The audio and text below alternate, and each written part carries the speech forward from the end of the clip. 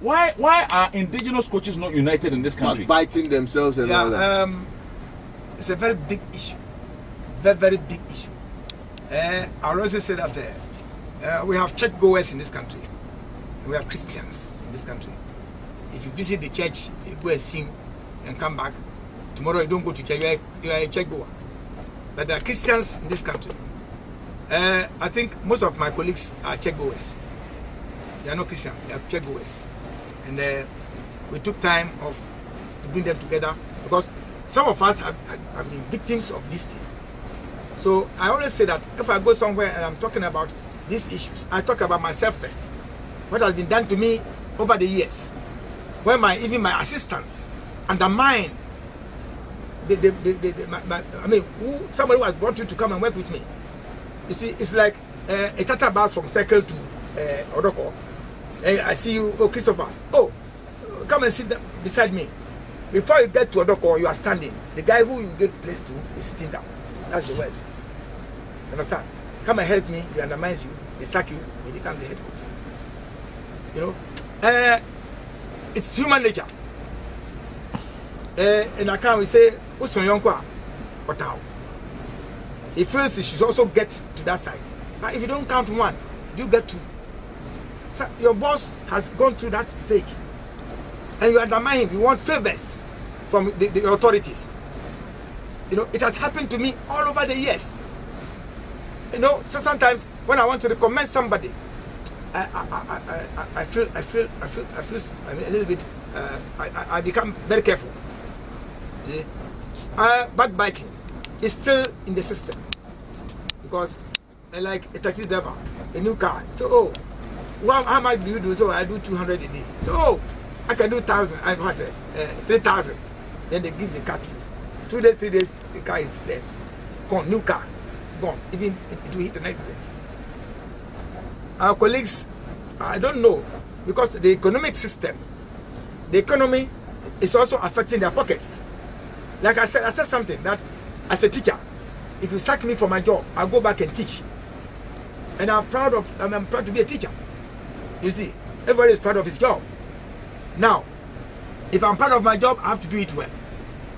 But if you are sacked, you don't have any job somewhere, what do? You have to backbite and get the job done. To take off the person and go there. You know? And more so, there are people who tell lies. When you are asleep, they take phones and start making phone calls in the night. When there's a defeat, you know, I just showed you a picture and I said something here. Yeah. About a picture I saw. Yes.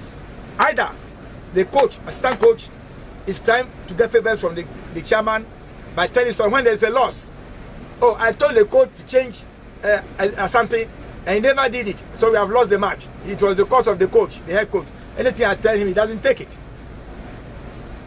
Then the chairman comes to training in the morning, he doesn't speak to you. He doesn't even greet you. He goes to greet the assistant coach. So where do you stand? Then he tells you your job is on the line. Assistant coach has taken your job secretly. You know, it goes on and on. It's still happening. Still happening.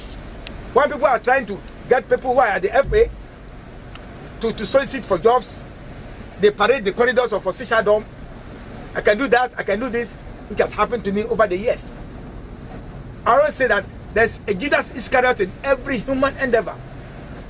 Anywhere you see 3 people meeting, there's a Judas Iscariot among them.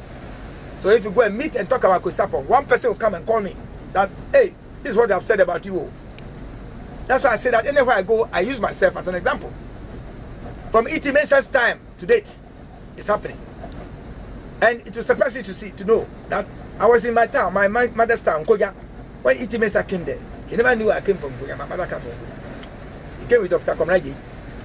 So I was going to the doctor's house when he saw me. Hey, coach, you come from this town? I said, yes. Then come out to, he's my cousin. He said, oh, doc, it's JE Sarpong. I said, he's my cousin. I said, hey, oh, this is the man who I wanted to give a national team, and then his colleague said they should not give it to him. I said, when the day of reckoning comes, only a few people will enter heaven. I'm telling you, only a few people. Wow. This is a man who, you know, far from a long distance, coming to tell me that this is what happened. I said, oh, Mr. E.T. Mensah, don't worry. The past is gone, so no problem. he made mention of this thing.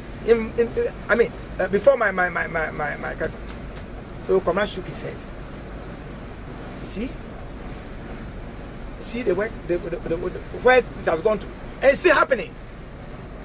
There was a time when I was to help Sike Jamfi.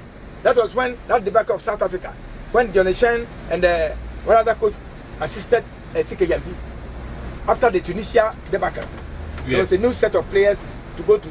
They said, oh, they needed new faces, so they wiped off that team, Jimamwa's team, and then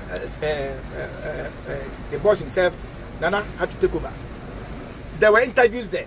I was in the house when my headmaster told me that Sike Jamfi came to our school, was looking for me. I wasn't out. That he wanted me to see him at the FA immediately. Hey, what have I done? So I went there, and the corridors of Sike was bubbling with coaches. I never knew this. I went in. Sike never even saw me. So somebody who came out to tell me that, yeah, you see your colleague coaches. When Sike appointed you to be his assistant to South Africa, they say you don't have experience to be.